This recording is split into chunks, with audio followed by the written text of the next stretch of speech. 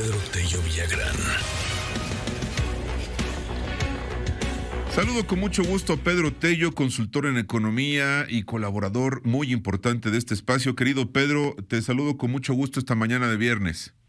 Enrique, buenos días, qué gusto saludarte a ti y también a quienes nos escuchan. Igualmente, pues ahí tenemos el tema de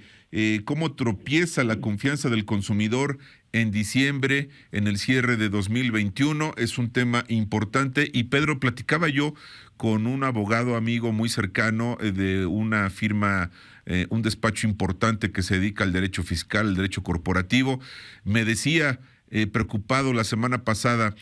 fíjate que antes nos buscaban empresas y bueno, pues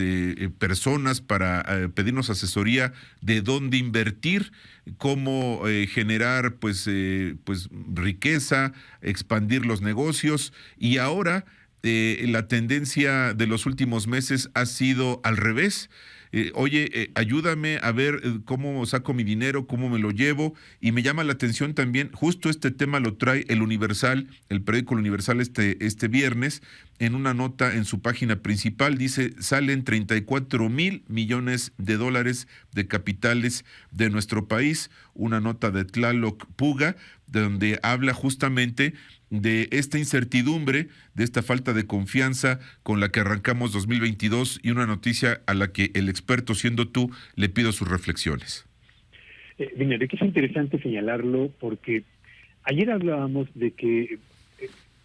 como regalo de Reyes recibimos la noticia de que en materia de empleo se había recuperado el nivel de puestos de trabajo prevalecientes antes de la pandemia. Esa, decía yo, es una magnífica noticia, pero no hay que lanzar campanas a vuelo. Y las razones de por qué no debemos lanzar campanas a vuelo tienen que ver con las dos notas importantes del día de hoy y lo que tú has comentado. Primero, la confianza del consumidor mexicano, que revela precisamente cuál es el estado de ánimo, la percepción que tienen las familias y los hogares el día de hoy en relación con el ambiente en el que realizan sus compras de bienes y servicios para llevar al hogar aquello que se requiere y garantizar un nivel de bienestar mínimo a los integrantes de la familia, cerró el mes de diciembre con un tropiezo, con un retroceso, tras haber aumentado en los 3 meses previos, es decir, los meses de septiembre, octubre y noviembre. ¿Qué es lo que provocó justamente el tropiezo de la confianza del consumidor al cierre del año anterior y con el cual, percepción con la que hemos iniciado el 2022? Bueno, pues es finalmente la combinación de dos factores que preocupan a las familias en México. Uno, el más importante, por supuesto, el repunte y los niveles tan elevados de inflación que prevalecen en la economía mexicana, que ya se venían registrando con mayor intensidad desde la segunda mitad del año pasado, pero con especial avance, diría yo, hacia los últimos 3 meses del 2021. Y el segundo factor que preocupa a los hogares es, por supuesto, el repunte de la pandemia en México, motivada fundamentalmente por esta variante llamada Omicron. Estos dos factores han provocado que nuevamente las familias adquieran una postura, digamos, defensiva al momento de administrar el presupuesto, en lugar de salir a realizar las compras que tradicionalmente en diciembre ocurría con motivo de las fiestas de fin de año y para aprovechar las ofertas que se presentaban en la mayor parte del territorio nacional. Así que tenemos un cierre del año con un tropiezo en la confianza del consumidor, motivado por la inflación y por el repunte de la pandemia. Pero además, y vale la pena señalarlo, hoy nos enteramos que la inflación cerró ya el año de 2021 con un crecimiento del 7.36%, que no hace sino confirmar lo que ya habíamos señalado aquí, que iba a ser la inflación más alta en 2 décadas, una inflación que no era conocida por lo menos por 2 generaciones de mexicanos, y que comparada con la inflación que se registró en el año inmediato anterior, es decir, en el año 2020, cuando cerró la inflación en México en un nivel del 3.15%, pues estamos hablando de que prácticamente se duplicó la inflación en el año 2021. Y las dos preguntas más importantes, Enrique, son: primero, ¿tocó el punto más alto la inflación en diciembre? Yo desearía que sí, pero la verdad es que pensando que los ajustes en precios que estamos viviendo en este mes de enero nos llevarán a pensar que muy probablemente no hemos alcanzado el nivel más alto de inflación en la actividad económica nacional. Y segundo, ¿qué impacto va a tener esto sobre las tasas de interés y sobre el precio del dinero en los próximos meses, pues evidentemente va a ser más caro el dinero y tendremos que pagar tasas de interés más altas a aquellos que contratamos créditos a tasas de interés variables. Y por último, el asunto de la otra confianza a la que hace referencia con esta reflexión de los abogados. Es evidente que México va a cerrar, o más bien cerró el año 2021 con el mayor nivel de salida de capitales financieros del que se tenga registro en la historia del país. ¿Por qué? Bueno, pues porque finalmente los inversionistas financieros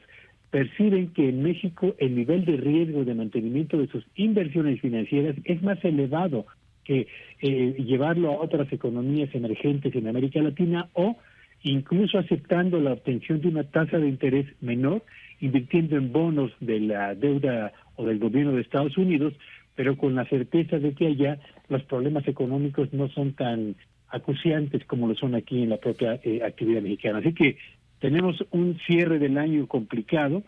y un arranque del 2022 con luces y sombras, luces en el empleo y sombras en la confianza del consumidor, en la inflación y en la salida de capitales, Enrique. Y hay tres grandes temas en este escenario, querido Pedro. Uno tiene que ver con el mensaje que se da de la falta de Estado de Derecho en algunos sectores importantes del país, la inseguridad, el incumplimiento o algunos procedimientos en los que se ve claramente una tendencia para criminalizar a ciertos personajes, no necesariamente con elementos probatorios, es decir, ausencia en algunos casos de Estado de Derecho, el incremento que vendrá en las tasas de interés en los Estados Unidos también será un factor, y sin duda la propuesta de reforma eléctrica que pues ha ahuyentado, que ha hecho levantar las cejas a muchos empresarios, a muchos consorcios que ya no ven tan atractivo a México en este sentido. Sí, por supuesto. Yo creo que vale la pena señalar que en el caso del Estado de Derecho y los niveles de inseguridad que particularmente son muy elevados en algunas entidades del país, es importante subrayar que ahí están dos de los factores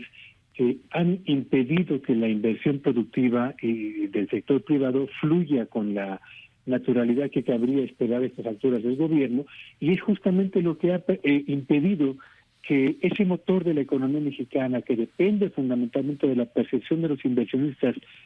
hablo de inversión productiva, no de inversión financiera, la percepción de los inversionistas productivos en México